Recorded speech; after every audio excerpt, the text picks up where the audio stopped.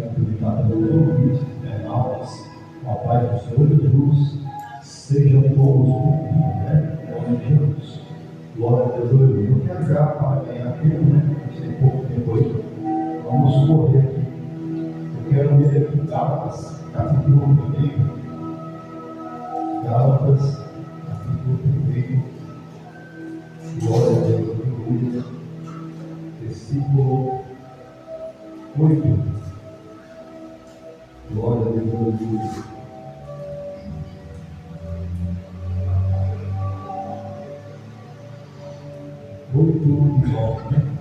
Glória a Deus. Gálatas, capítulo 1, versículo 8 e 9. Gálatas fica depois de 2 Coríntios, né? Começa o livro destinado à cidade da Galácia. Glória a Deus. Capítulo 1, versículo 8 e 9 diz assim: mas ainda que nós mesmos, ou anjo do céu, vos anuncie outro evangelho, além do que já vos tenho anunciado, seja anátema. Versículo 9. Assim como já pouco dissemos, agora todo também vos digo: se alguém vos anunciar outro evangelho, além do que já recebestes, seja anátema. Amém? Senhor Jesus, Espírito Santo, Pai, eu quero te agradecer por esta rica oportunidade, Deus. Que ao chegar esta mensagem, meu Deus, vidas e almas sejam tocadas, Senhor, transformadas, o arrependimento venha, Senhor. Meu Deus, que o teu poder, a tua graça, a transformação, meu Deus, seja, Senhor Jesus, presente na vida de cada um, em nome de Jesus. Mais uma vez, dá graças, para o nosso coração, nossa mente. Ó Deus, visita a nossa casa, a nossa família neste momento. Meu Deus, visita os internautas, cada um, Jesus, que está conosco, que vai, aleluia, ouvir, assistir esse culto, essa mensagem, que o poder de Deus possa, Senhor, Deus, espalhar sobre ele, sobre ela, e o povo, Senhor, acontecer do arrependimento, meu Deus, do choro, das lágrimas, do voltar ao primeiro amor, Pai, para que o nome do Evangelho seja verdadeiro para sempre, em nome de Jesus. Amém? Graças a Deus, pode sentar. Você sempre em nome de Jesus. Glória a Deus, aleluia. Vamos esforçar aqui para ser breve. O relógio do nosso amigo, ele caminha rápido para a volta de Jesus. Glória a Deus, aleluia. Nós lemos aqui uma passagem a respeito do livro de Gálatas, destinado à cidade da Galácia, uma cidade muito importante ali em Roma, porque ela ficava um ponto estratégico entre Roma e a Ásia. É uma cidade dominada por Roma. E Paulo escreve aqui, provavelmente na sua terceira viagem, às pessoas que estavam ali, provavelmente no ano aí 55, enfim, né? Até 60 mais ou menos. E ele fala a respeito justamente de uma preocupação que todos nós que pregamos a palavra, como pastores, ou que tem compromisso com a Bíblia,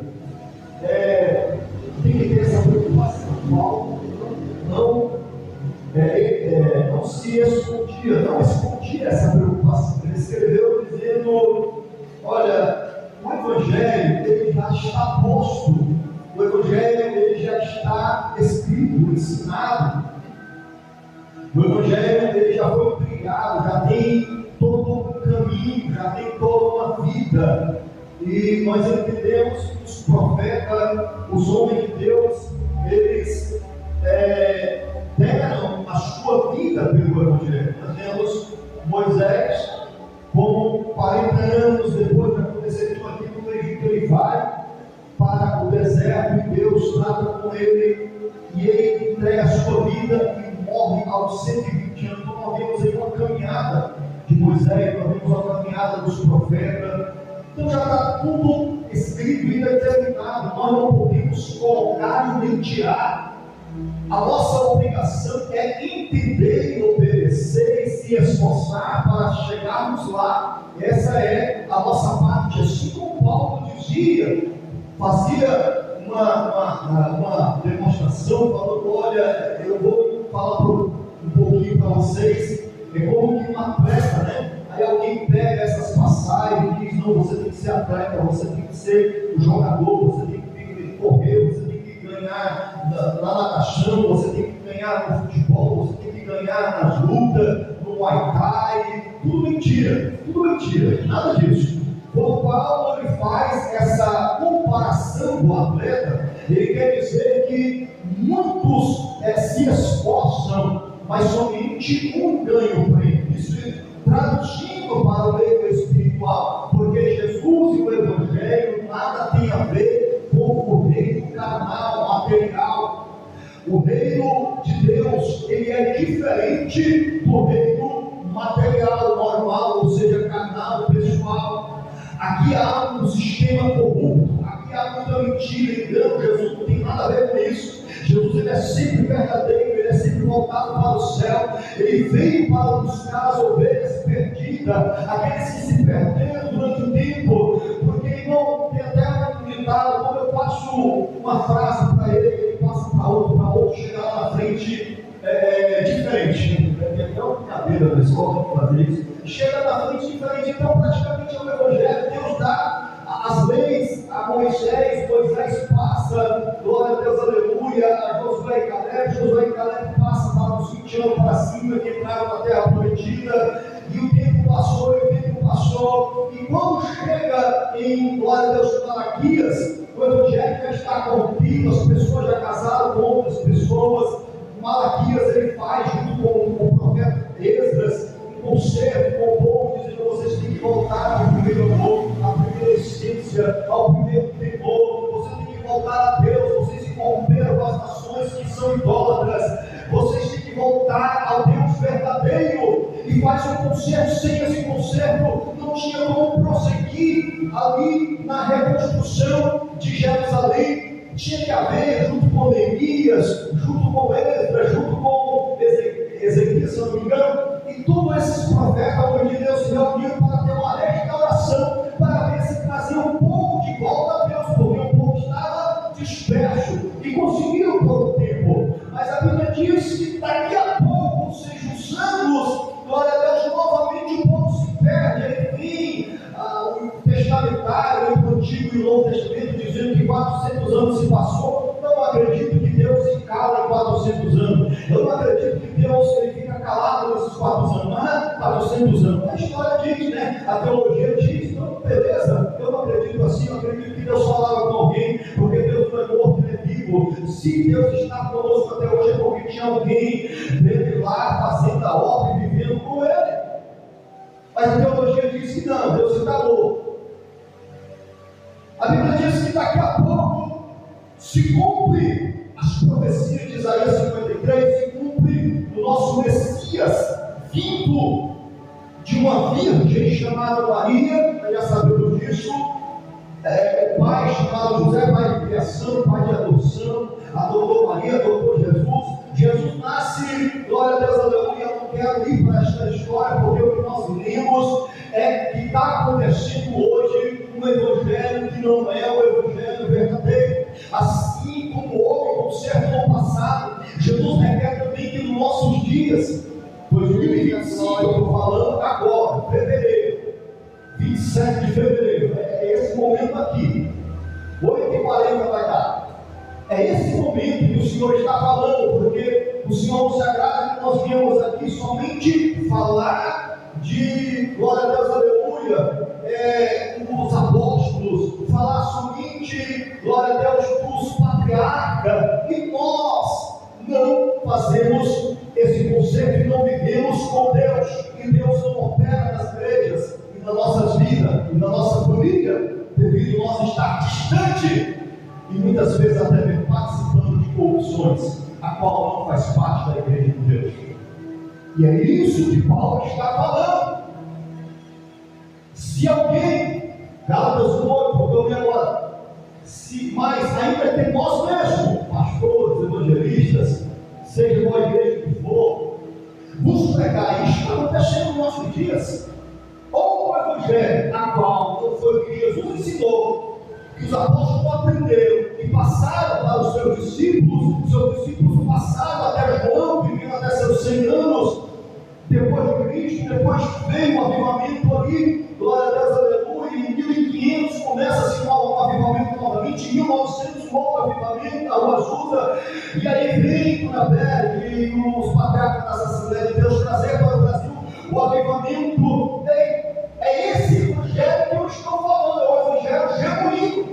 E nós não podemos perder esse evangelho. Se nós estamos vivendo em outro evangelho, compreendamos esse outro evangelho e voltemos ao primeiro amor, ao evangelho verdadeiro, ao evangelho da Bíblia, por enquanto ainda está nas nossas mãos, até o momento de ser retirada, conforme a Bíblia diz, pela grande tribulação, enfim, pelo anticristo, pelo reinado do anticristo.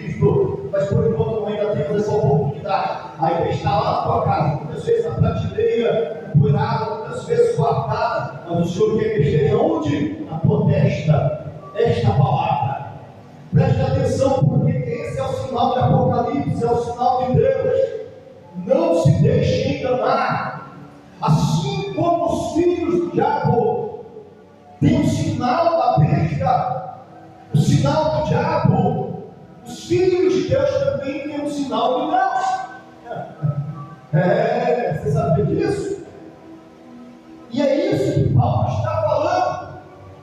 Preste atenção, porque o sinal de Deus é muito claro. Quando tinha um sacerdote lá em Jerusalém, hoje é muito fácil, né? Entra lá no YouTube, numa pesquisa, você vê tudo, né? Você encontra lá o sacerdote com a Torá, né? Na testa, na mão, porque é bíblico. Só que hoje é a mesma coisa. Nós que somos evangelistas, pastores, enfim, pregadores, pessoas que têm um chamado, estão na obra, estão na igreja, você que está sentado também tem um chamado, também é responsável para, aleluia, anunciar a palavra de Deus. Tudo isso o Senhor Jesus deu como uma alegoria, ou seja, como um exemplo, dizendo que nos dias que nós estamos vivendo, o Espírito Santo, aqueles que são chamados filhos de Deus, que ainda estão lutando contra a corrupção e a idolatria, ainda estão lutando contra o evangelho anátema, porque não sabe a maldição, é anátema, seja amaldiçoado, seja repreendido. Ainda aqueles que estão lutando é porque o Espírito de Deus que ainda está combatendo em nós as imundícias, as orgias de Gálatas, capítulo 5, versículo 19, vai falar disso aí. E é isso que eu estou falando. Porque o mundo está contaminado, nós estamos encharcados de lodo, ou seja, as nossas casas estão chegando no joelho. Mas a Bíblia diz que o Espírito Santo ainda resiste. E é o único. Não, pastor não existe, evangelista não existe, pastor, enfim, PhD não existe. Não tem quem exista, esse chato do outro. A Bíblia diz que somente ele se chama Jesus de Nazaré, morreu, ressuscitou e enviou o seu Espírito para estar conosco todos os dias, para nos lavar com água limpa, nos purificar. A Bíblia diz que ele é o fogo que limpa, é a pá que limpa a areia, que tira a imundícia, a sujeira. E se nós, irmão, perder esse evangelho genuíno e abraçar o evangelho anátema, ou o evangelho que não é o evangelho bíblico, não é o evangelho que Jesus ensinou, não é o evangelho que Jesus derramou o seu sangue, não é o evangelho que os apóstolos derramaram o seu sangue, tem outro evangelho por aí que não é o evangelho de Deus, é o evangelho amaldiçoado, vai sair da Bíblia, porque é bíblico, isso está aqui. Paulo denunciando que nós ia chegar esses dias e chegamos. Agora, preste atenção, porque há diferença entre quem serve a Deus e quem não serve. Quem serve a Deus vai fazer como Elias, o rei de Acabe, de Jezabel. Elias poderia ir para o evangelho anátema, que estava do lado de Jezabel naquela época. Agora eu vou falar aqui uma alegoria, né?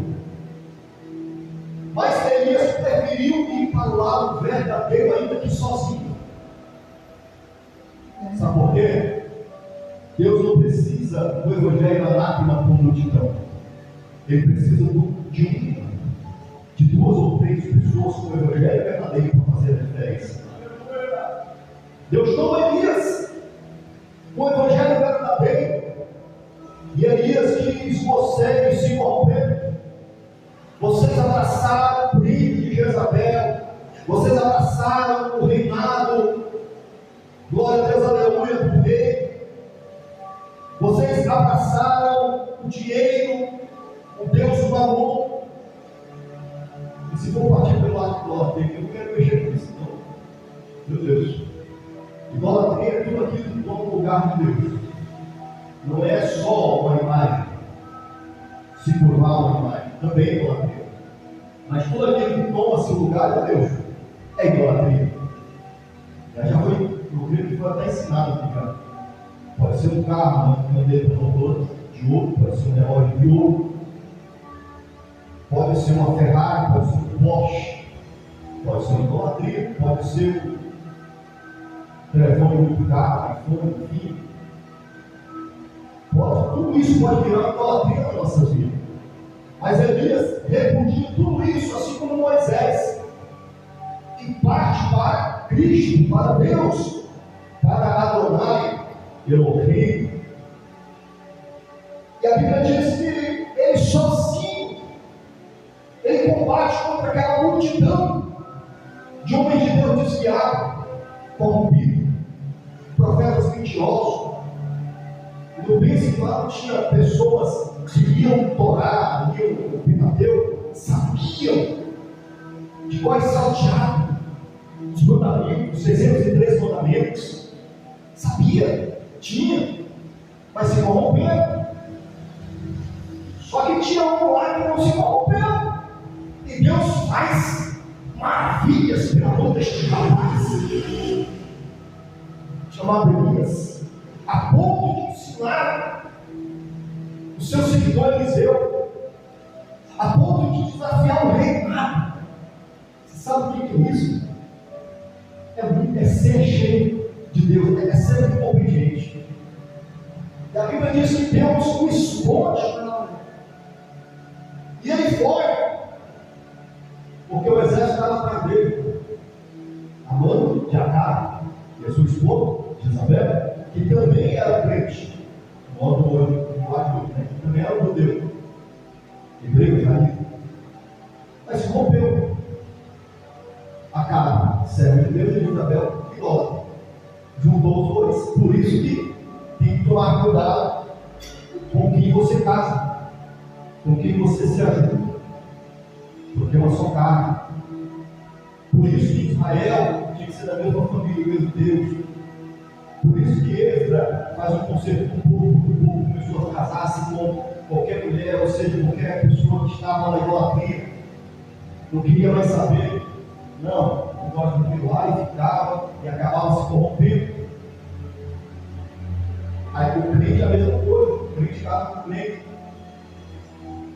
Eu vou experimentar um pouco aqui, meu Deus. Eu vou experimentar um pouco aqui, porque hoje nós estamos vivendo o Evangelho maldito. Ou seja, tem hoje no Brasil o Evangelho maldito.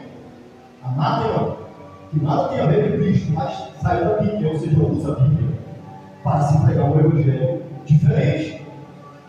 O Evangelho diferente é tudo aquilo que te exalta, né? É tudo aquilo que exalta o homem e a mulher. O louvor que exalta o homem e a mulher é o Evangelho anátema. O louvor que exalta o mundo é o Evangelho anátema. Porque nós temos somente que exaltar a Jesus de Nazaré, somente a palavra de Deus, somente em primeiro lugar o reino de Deus. Mas nós sabemos disso, que nós estamos vivendo um tempo do Evangelho anátema está tomando as igrejas evangélicas, infelizmente.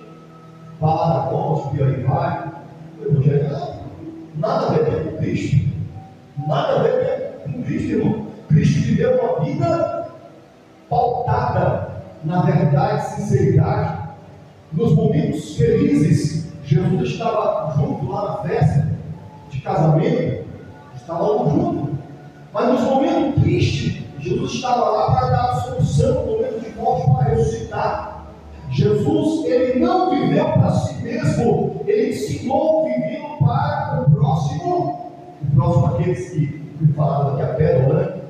Que queriam Deus, e aqueles a qual iam hoje ler a Bíblia e se converter, que somos nós. Ele viveu para você. Jesus não viveu para ele mesmo, ele viveu para nós. E eu vou estreitar aqui um pouco para mim, fazendo um encerramento. Assim como já vou dissemos, agora de novo também vou dizer, se alguém vos anunciar o Evangelho, além do que já, ele repete, né? Recebestes, será. Então ele repete duas vezes. Por que isso, irmão? Porque Mateus capítulo 5, o outro Evangelho na qual está caminhando isso aí, é o Evangelho do pecado.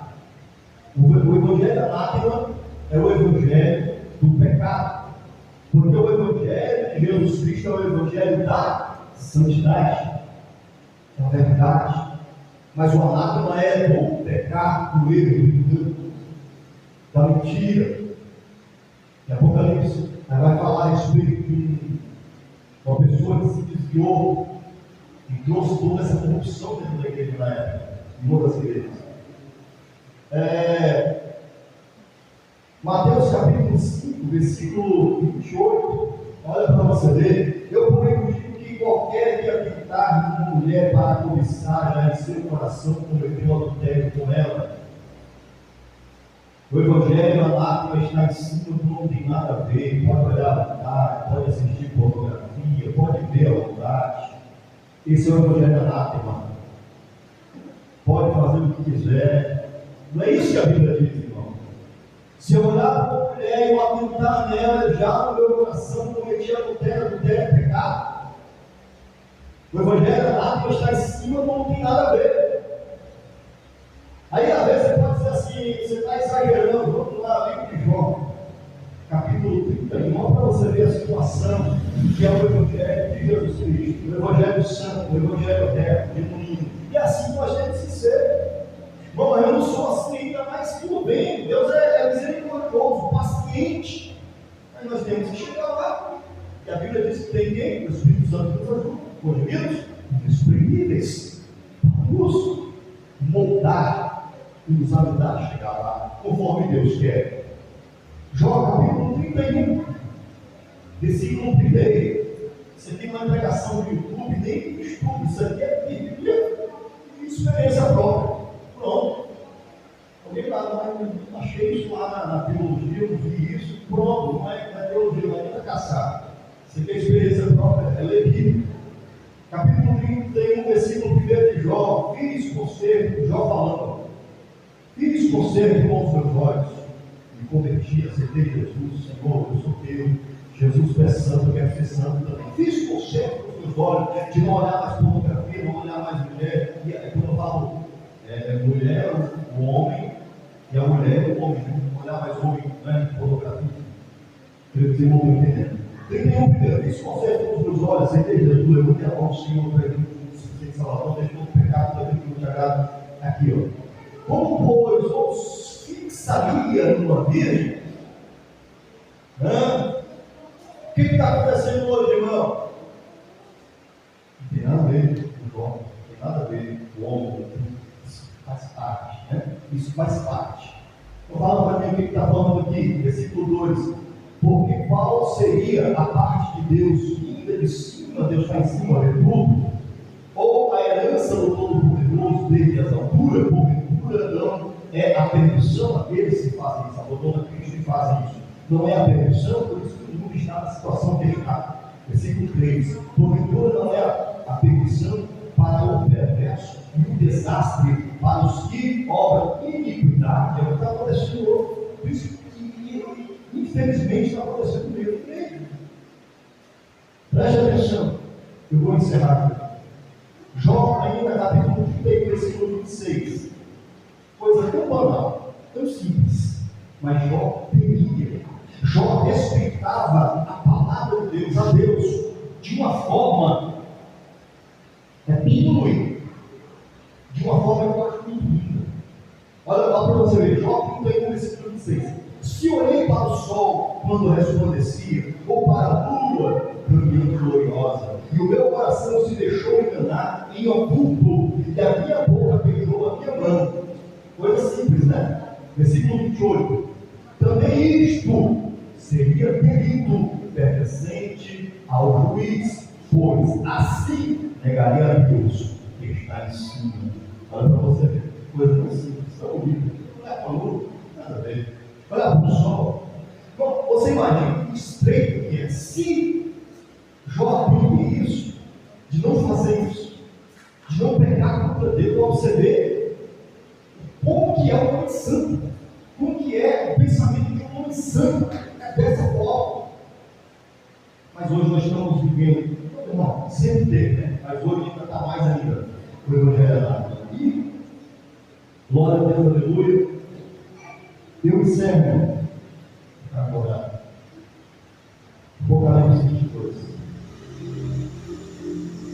Glória a Deus, aleluia. Esse mato, Apocalipse 22, 15. Ficaram de fora os campos feiticeiros, se prostituem, os homicidas, os idólatras, e qualquer que ama, e também comete a mentira. Esse ponto é um dos pontos mais terríveis que está acontecendo hoje. Devido aos teatros, novelas. Você está preparado para isso hoje? Mas eu vim aqui não falar o que Deus me fala, o que 25 anos eu venho estudando, orando e aprendendo com Deus. Eu posso, naquele dia, ou seja, daqui a pouco, morrer e Deus cobrar o sangue de vocês é do mal que está ouvindo. Por que você sabia que me ensinou? Por que você sabia que não falou, ocultou? E é isso que Deus busca. Pessoas verdadeiras, sinceras, que buscam a verdade dentro da Bíblia e venham falar. Porque Elias pensava que era só ele. Eu sei que não é só eu, eu sei que muito certo aqui, certo, e sabe da verdade, fala a verdade, vive a verdade. Quem mesmo que vive assim, porque isso não, não, eu sou obrigado a ser assim, não, isso é uma graça de Deus, é graça. Paulo questionava a graça de Deus. Esse povo que fala aqui, a qualquer ano comete a mentira, não, eu não amo mentira. Mas quando nós estamos participando, eu considero teatro, eu considero novela, eu considero filmes, mentira, ainda que seja contado uma história real. Nós estamos fazendo o quê? Competindo a mentira. Isso ninguém vai ouvir, ninguém vai querer para você. Mas é uma realidade que está acontecendo já desde 1948 para cá. Ou menos aqui. Lá em Roma, de teatro. Por que, irmão? Porque tudo isso não tem nada a ver com o Evangelho. Novela, teatro, filme não tem nada a ver com o Evangelho. O Evangelho não é mentira, não engano. O Evangelho é você viver o que Jesus viveu. Paulo disse que você não pode ser imitador do que se representou no imitador. Depois que Paulo se converte no Pedro, Paulo envolvido em coisas que não é de Deus, em coisas que não é do céu. Ele se envolve somente com as coisas de Deus. Ele não nos vacila, tanto é que foi morto, porque não aceitava a pregação dele, não aceitava o ensinamento dele, porque era um ensinamento contrário a Roma, contrário até mesmo do Deus, quando ele repreende Pedro na cara, dizendo: Pedro, como é que não pode você dizendo-se crente, quando você está com o judeu, você é judeu, quando você está com crente, você é crente? O que é isso? Ou é crente ou é judeu? Você decide.